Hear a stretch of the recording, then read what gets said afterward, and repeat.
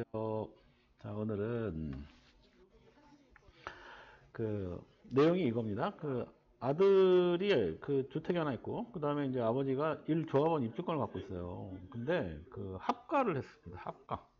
연고 봉양 합가 해가지고 어떤 것을 먼저 양도해야지만 비과세가 되는지 이런 내용이에요.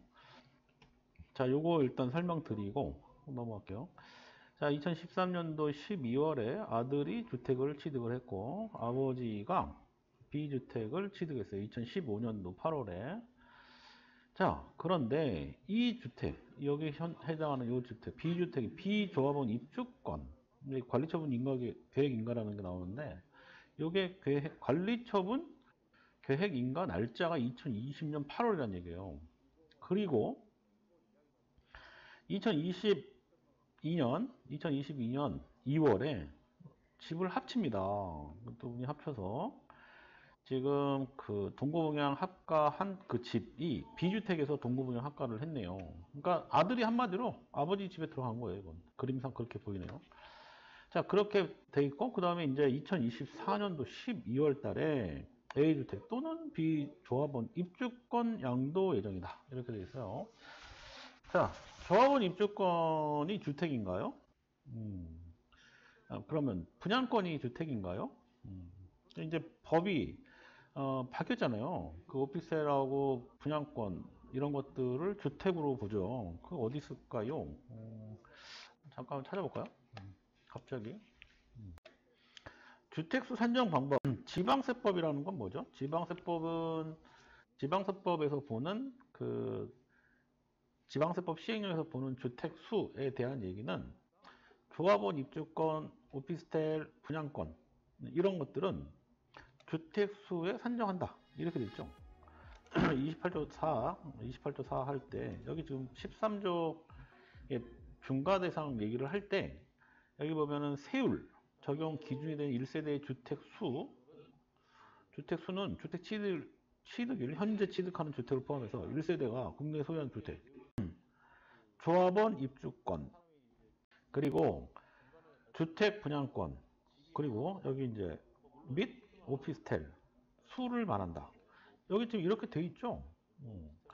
그래서 이제 해당 주택 취득 시에 세대별 주택수에서 산정한다. 취득세 얘기하는 거잖아요. 취득세. 지방세법이니까 취득세 얘기를 하는 거예요. 그러면 이거를 파는 양도 시점에서는 조합원 입주권이 주택수에 들어갈까요? 조합원 입주권은 주택수에 들어가지 않습니다. 왜냐하면 조합원 입주권이라고 하는 거는 권리예요, 권리. 그러니까 양도 시점에서는 권리로 보기 때문에 조합원 입주권만 하는 건 주택수로 보지 않는 거죠. 그런데 조합원 입주권 자체는 조합원 입주권이라는 게 주택이 아니기 때문에 먼저 양도하는 경우에는 비과세가 되지 않는다. 이렇게 봐야 돼요. 그 부분은 제가 뒤에서 설명을 좀 드릴게요. 자, 그러면 소득세법에서 보는 이 주택의 범위가 무엇이냐? 정의를 잠깐 좀 보면 여기 보면 조합원 입주권이 뭐냐 이런 얘기예요. 조합원 입주권. 여기 조합원 입주권이란 이렇게 돼 있죠. 여기서 이제 도시정비법이라고 보통 표현하는데, 자, 도시정비법에 따른 관리처분 계획 인가 및 빈집 정비에 관한 이 특례법이 또 있어요. 이거 사업시행 계획 인가로 인해서 취득한 입주자로 선정된 지위죠, 지위. 입주권이라는 게, 조합원 입주권이라는 게 선정된 지위를 의미해요. 이렇게 봐도 지위죠, 지위. 이 주택이 아닌 거예요, 이렇게 보면. 자, 그래서 지금 해당 사례인 경우에 해당 사례를 다시 돌아와서 보면 아들이 먼저 A주택을 취득했고 아버지가 B주택을 취득했을 때 이게 합쳤을 때부터 어떻게 됐냐. 이게 질문사항이 이거예요.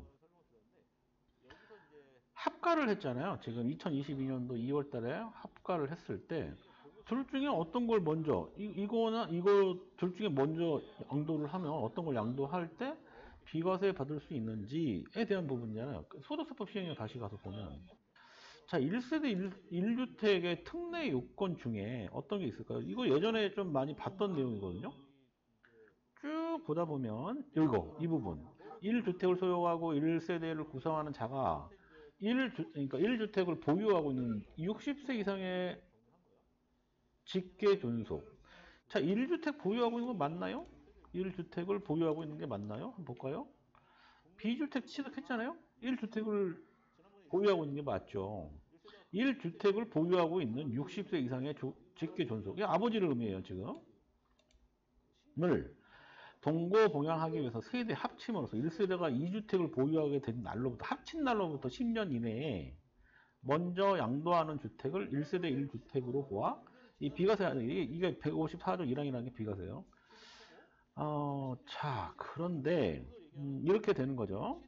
근데 이제 요건이 뭐 이런 것들이 있긴 하지만 어쨌든 지금 현재 상태에서는 그러면 둘 중에 하나를 먼저 팔면 되겠네요? 이렇게 생각이 들잖아요. 그쵸? 그런데 이거는 좀 얘기가 달라요. 무슨 얘기냐?